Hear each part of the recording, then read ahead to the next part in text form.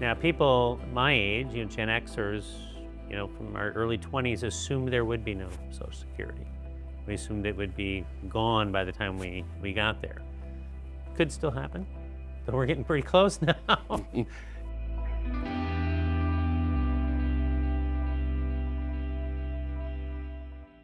Hi, my name is Drew Farrell. I'm the Senior Vice President of Symetra in the Retirement Division, and I'm joined by Dave Kansas. We're fortunate to have Dave as a consulting partner to talk about all things financial services, the sector, behavioral finance, marketplace. Dave is a gifted journalist who has a long career in both being an editor with the Wall Street Journal, TheStreet.com, and he's actually been commissioned by Dow Jones to write a number of different books on financial literacy. Staying with retirement income and predictable retirement, Dave, Social Security, it's always part of the conversation. There's always the conversation of when to take it. But are Americans relying too much of what Social Security is going to do for them in retirement? In other words, well, I've saved, this bucket of money, and between that and Social Security, I should be fine.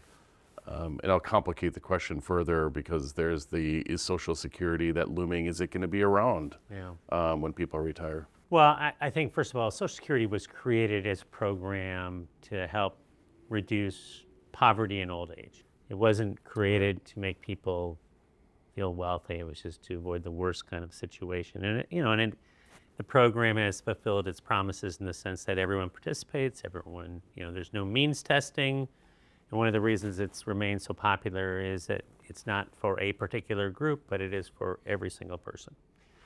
Now, people my age, Gen Xers, from our early 20s, assumed there would be no Social Security. We assumed it would be gone by the time we got there. Could still happen, but we're getting pretty close now. And it's still there. I think that what's going to happen with Social Security itself is that it'll have to be changed similar to how it was changed in the 1980s. Okay. So where there was some changes in requirements, pushed the ages a little bit higher, did some things that had long-range impacts, because you're talking about such a huge body of people getting it, as opposed to something draconian or dramatic. George W. Bush, not his father, but George W. Bush in his second term tried to get personal investing as part of the Social Security thing, and that did not really go anywhere. But one thing I think, it's a political issue, right? So I think there's no scenario that I've ever heard talked about where people getting Social Security would suddenly lose their Social Security.